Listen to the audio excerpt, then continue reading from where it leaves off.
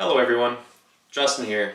Welcome to Module 1.2, where we're going to be talking about some best practices and we're going to dive into some of the needs for those living with both non-communicable and communicable conditions. So even though it might be common knowledge for everybody providing care, I wanted to go over some of the most important steps to supplying the proper nutrition plan for those living with diabetes, for those living with a cardiovascular condition, and for those who want to watch their cholesterol. So just some general health guidelines. Accompanied with adequate sleep, it's really important for individuals to incorporate a lot of fiber within their diet.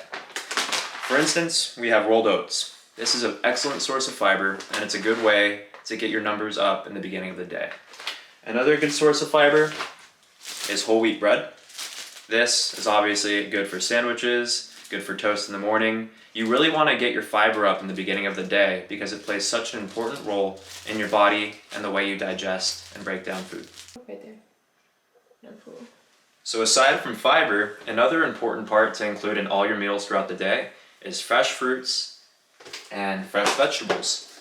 The best you can have is honestly the darker, the better. Dark leafy greens such as spinach, kale, and this is one of my favorites, the baby romaine. Makes for the best way to include a quick salad, to mix in with a smoothie, or to add to any dish to give it that kind of color, which gives you the most vitamins and minerals throughout your day. Though it's important to be mindful of your diet, it is also important to enjoy yourself. And the biggest key to any sustainable diet is being able to still enjoy the food that you eat.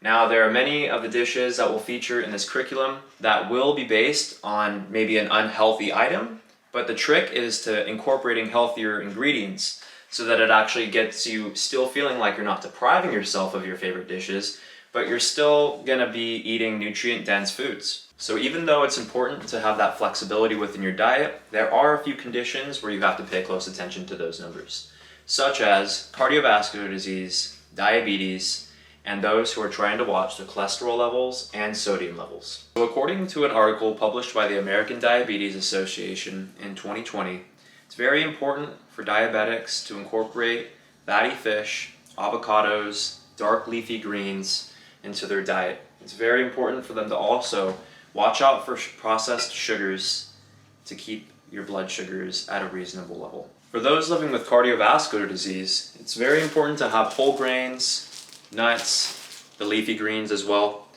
And it's also very important to pay attention to high numbers such as sodium and cholesterol. I want to dive a little bit more into the importance of watching cholesterol, and one of the most important ways of doing this is to pay attention to the food label and address certain items such as eggs. Eggs contain a very high amount of healthy fats and vitamins, but they also have a lot of cholesterol in them that could be very bad for those with cardiovascular disease. A great example, as depicted in the curriculum, would be substituting it with egg whites. Now, egg whites might not possess the same amount of fat or vitamins as a whole egg, but they still do provide the body with the necessary protein that an egg would give you. If you look at the nutrition label, as depicted in the curriculum, you'll see that it still has the same amount of protein, maybe just a little bit less than a whole egg, but it doesn't have all that cholesterol in it. If you look at the whole egg, you still get those vitamins and the healthy fats, such as D, B12, E, B2, and B5. Now, if you pay a little bit more attention to the nutrition label, you'll notice that there are still great sources of protein within a full egg, but there is a significant more amount of cholesterol and fat. So we lightly touch base on addressing cholesterol, sodium, fats. All of those things are very important.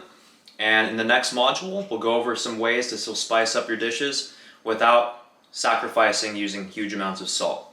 Thank you.